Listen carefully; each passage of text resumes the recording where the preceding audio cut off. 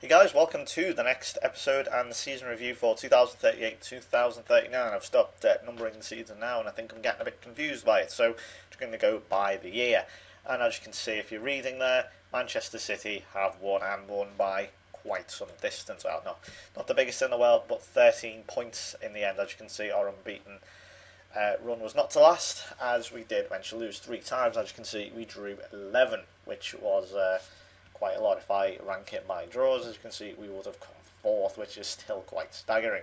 You see how many actually drew, such as relegated Burnley there, nearly relegated West Brom, and Blackburn, of course, up there with 10 as well. So yeah, that's quite disappointing, really. But as you can see, City scoring in over 100 goals, almost double our goal difference. Nearly, well, if you take off the 9 goals there. But yeah, they were phenomenal this season. City, they in fact have won quite a bit, which I'll get on to in a moment. I don't think we had any new transfers, did we? No, we didn't. We've also got we've got a new kid coming in. We've got 2 new kids actually coming in who have signed in the future. We've got Reinhold Zimmer here, who's from where is he from? Leverkusen. I think he's a decent striker. He's got a lot of potential, 3.5 stars. And we also have here Adnan Zahirovic, I beg your pardon. He's only 15, and again has good potential. So I do like my Germans in this one. Really good potential, a lot of them. But yeah, let's go over the fixtures then. So how are we going to do? Okay, let's go from February here. As you can see, we played then the FA Cup 5th round, which was against Manchester United. It was over really in the first 10 minutes because it was 1-1. And we really should have won, but we never, so we are taken to a replay. We then played Bayern Munich, and I thought we were going to get a bit of a battering this time. We, for a long period of time, did get a bit of a battering, to be honest. They really came at us, but Paul James put us into a bit of a shock lead, and then Landry Torre doubled that lead from really nowhere, really. We weren't in it much, but yeah, we did a really good job, and so Bayern just can't beat me. I've got Bayern's number. I don't know what it is. Curtis Cascan scored sheet against Wigan 2-1. Really should have really probably shouldn't have won that one again. We were quite sloppy in that one. And then probably the worst defeat ever. We lost 5-0 to United. I don't know what happened here. We just didn't turn up at all. I think they were just way more pumped for us for it. Like, they were just way more prepared. I think this team wasn't... Okay, yeah, it wasn't the best team ever. But this was far from the worst team ever. As you can see, Tony Meyer, Jugendshoot captain, shocker. Jason Forbes also, I think it was down to the fact that Carlos Alberto and Jason Forbes, he's completely past it now, Forbes. He is way over his peak. As his staff attributes, he's going to be retiring, actually. So yeah, he's way past it, so that's a crash out of the FA Cup there. I'm sure United fans like that one. Then we even lost to Leicester, so there's our first Premier League defeat. And guess who scored? Yes, Josh Chamberlain there, obviously. It was a free goal as well, I'll show you it. He obviously had to score since it was an inevitability. He just moved as well. That may have even been his first goal. Oh no, it wasn't, sorry. He'd already scored, hadn't he? No, it was one of his first goals. Watch this though. He's number 10. Juan Moreira, Pepe Reina style. Dear me. Obviously Torre got his token goal against Leicester again, so that's good. Oops, and then well, thankfully we got back on track there with a 4-1 victory against Bayern again. They just cannot beat me at all. I just twat them every time. 6-1. On aggregate, Landry Torre with 2, and Victor getting on the score sheet as well, the left side of the winger. 1-1 draw against Arsenal. This really was the time when we started to see the title really slip away from us. Mendiola saving our arses there. 2-1 victory at Goodison. I thought this may be a really bad time to play Everton, but no. Andrew Houghton, of course, scoring I think that may have even been his first goal for us against Everton, obviously.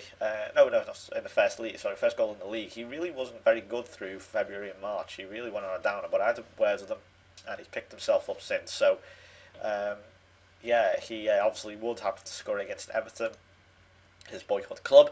Then we played Sevilla in the 3-0, as you can see here at their place. Believe it or not, I don't think Lopez played. He's not even on the bench. I don't know why. Paulo Antunes played, didn't really do much. Giovanni Morales, who you may recognise from the England team. Yeah, a lot of England players seem to play in abroad for some reason. Massimo Lizio again, this is his competition, he's phenomenal. Really, really is. Then 2-0 against Blackburn here. Houghton again scoring, Mendiola wrapping it up.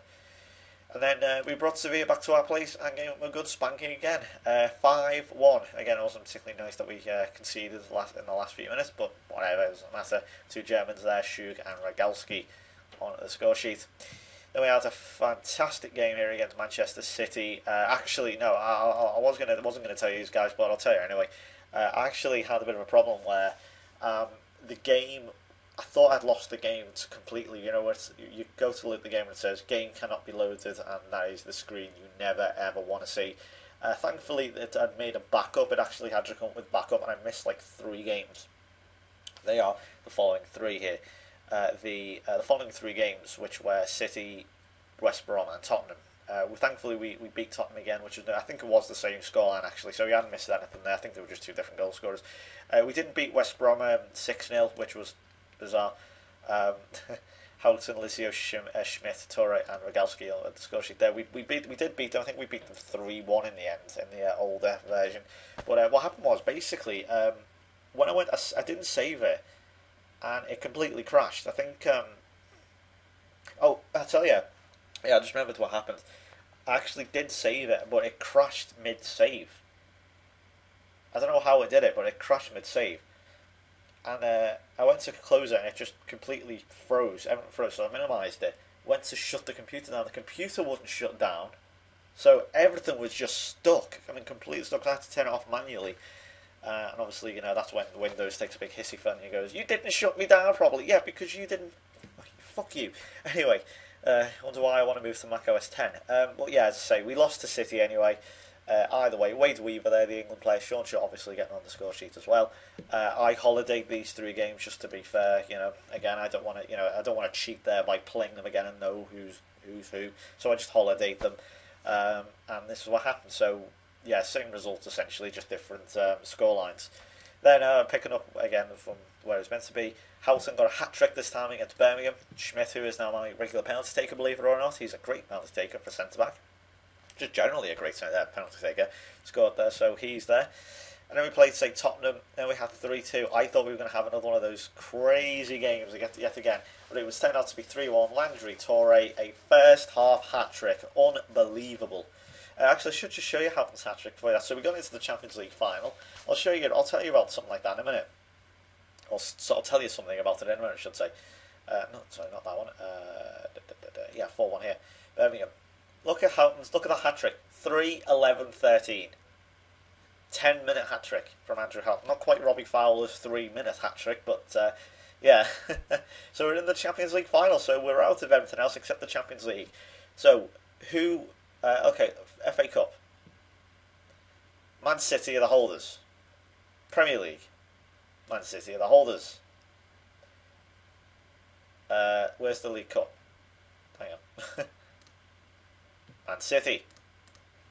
Guess who's in the final? Yes, Manchester City. Can we deny them a quadruple? Yes. That's the 11th time we've won the Champions League. 3-0. Believe it or not, at Old Trafford. Imagine that, an Old Trafford Champions League final between Manchester City and Liverpool. I'm talking in 2039, not in the near future, obviously. But imagine that. I mean, that'd just be crazy, wouldn't it? Just the amount of... Imagine the media hype around that type of thing. But Raul Ramirez scoring against his old club. Landry Torre getting his goal as ever. And Jason Whitbread there scoring an own goal from the whipped in. I think it was Massimo Was it Licio? Yeah, Licio Cross, who had a great game. Hans Rogalski didn't really do much, but yeah, up front they really lacked it. So, bit of revenge for that 5-3. I was really panicking at that point because the title was lost, so I put out like crap teams. So, you know, or crap teams, but you know, weaker teams. Paul Molyneux again doing really well, but as you can see, you know, we really should have beat Sunderland and Southampton. But the major problem here, we actually got twatted 4-1 by Huddersfield. Ian Campbell here scoring a hat trick. Yeah, we were disastrous. Trombetta was not very good. Up there, Robertson Mara didn't really do himself any favours. So yeah, and that really damaged morale. And really, if you do have a Champions League final, and you know you can't move anywhere in the league, you know you're locked into your position. Don't do what I did. It destroys morale in the whole team. And yeah, there you go. So Champions League winners yet again. And it's the 6th time we've won the Champions League now, and we won at Old Trafford, which is quite cool. How did the play stats finish then? So this Houghton came third. Obviously, Risey didn't score. He scored like 6 goals for us, which ain't too bad, I suppose. As they talk about this Letu Patricia guy, again, 27. Fabian Coolins, who appears to be going to the dawn of time, still scoring ridiculous amounts of goals, even though he's 35. I can't stand the fucking guy anymore. He's doing my head in. Yeah, so there you go. That is how everything looks then. That's the league table. And as you can see, and one thing I didn't point out, Wolves are in fourth. Yeah, you may have been looking at that thinking, God, are you going to mention it? Yes, Wolves in fourth place. They nipped Arsenal to fourth on the last day of the season. They beat Birmingham, and Arsenal were held, I think, by someone. And it means Arsenal and Tottenham getting the Champions League. Wigan, the UEFA Cup, or the Europa League. Wigan also getting the Europa League because they got to the final versus Man City in the FA Cup. So it's going to be City, Liverpool, Manchester United, and Wolves in the Champions League. I never thought I'd hear myself say that.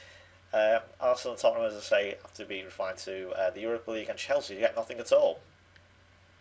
Also, should show you a few other managers. So, who are the managers now? Who are the current managers? Paul Rowland, who of course led Tottenham to a few Premier League victories, and now done it with City. So he's a really good manager. Obviously got himself. Man United, as we all know, is the manager now is Luke Daniels, who has guided them quite well. Wolves manager is Ross Jenkins at the moment, but I think that will be changing. In fact, yes, he will actually go soon. Tottenham, the manager at the moment is Michael Owen, who will be leaving. As I mentioned, Michael Owen, for some reason, is an astonishingly good manager. Maybe because he likes being on the bench way. Yeah, he is currently the Tottenham manager, but not for much longer. I believe he will be going abroad. I think I can't remember where. Actually, sorry, I can't actually remember where he will go, but he will go. And this Ross Jenkins guy, who I believe is a Watford player currently in real life, will be going to Tottenham. So yeah. The Arsenal manager is not Gonzalo Higuain has finally left.